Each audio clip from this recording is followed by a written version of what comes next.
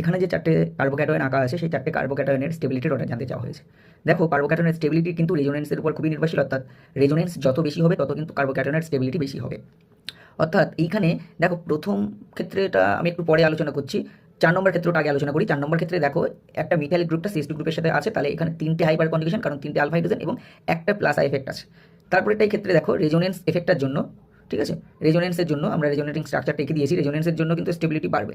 আচ্ছা, দ্বিতীয়টার ক্ষেত্রে অর্থাৎ 2 নম্বরটার ক্ষেত্রে দেখো রেজোনেন্স হচ্ছে বেনজাইল কার্বোক্যাটায়ন, রেজোনেন্সের জন্য স্টেবিলিটি লাভ করে, কারণ এখানে যে ফিনাইল রিংটা অর্থাৎ বেঞ্জিন বলাই, সেই বেঞ্জিন বলাই বা ফিনাইল রিংয়ের কিন্তু ফিনাইল গ্রুপ বলবো আমরা, ফিনাইল গ্রুপের কিন্তু প্লাস আর এফেক্ট আছে, তাই তো দেখতে পাচ্ছ সেইভাবে আঁকা হয়েছে কয়েকটা ক্যানোনিক্যাল স্ট্রাকচার। তার রেজোনেন্সের জন্য তার স্টেবিলিটি বেশি পাচ্ছে। কিন্তু 1 নম্বর ফর্মটা দেখো, 1 নম্বর ফর্মে কিন্তু পিএইচ অর্থাৎ ফিনাইল গ্রুপ কিন্তু অর্থাৎ বেঞ্জিন বলাই 3টে আছে, অর্থাৎ প্রথমটাতে স্টেবিলিটি আরও বাড়বে, কারণ আরও বেশি পরিমাণে কিন্তু রেজোনেন্স হচ্ছে, অর্থাৎ যত বেশি রেজোনেন্স তত বেশি স্টেবিলিটি। তাহলে রেজোনেন্সটাকে যদি কনসিডার করি আমরা, তাহলে রেজোনেন্সটাকে কনসিডার করলে সব থেকে স্টেবিলিটি কার হবে? 1 নম্বরের, তারপরে 2 নম্বর, তারপর 3 নম্বর, তারপরে 4 নম্বর। কারণ 4 নম্বরে দেখো কোনো রেজোনেন্স নেই, প্লাস আই এফেক্টটা আছে আর হাইপার কনজুগেশন একটু কম পরিমাণে আছে।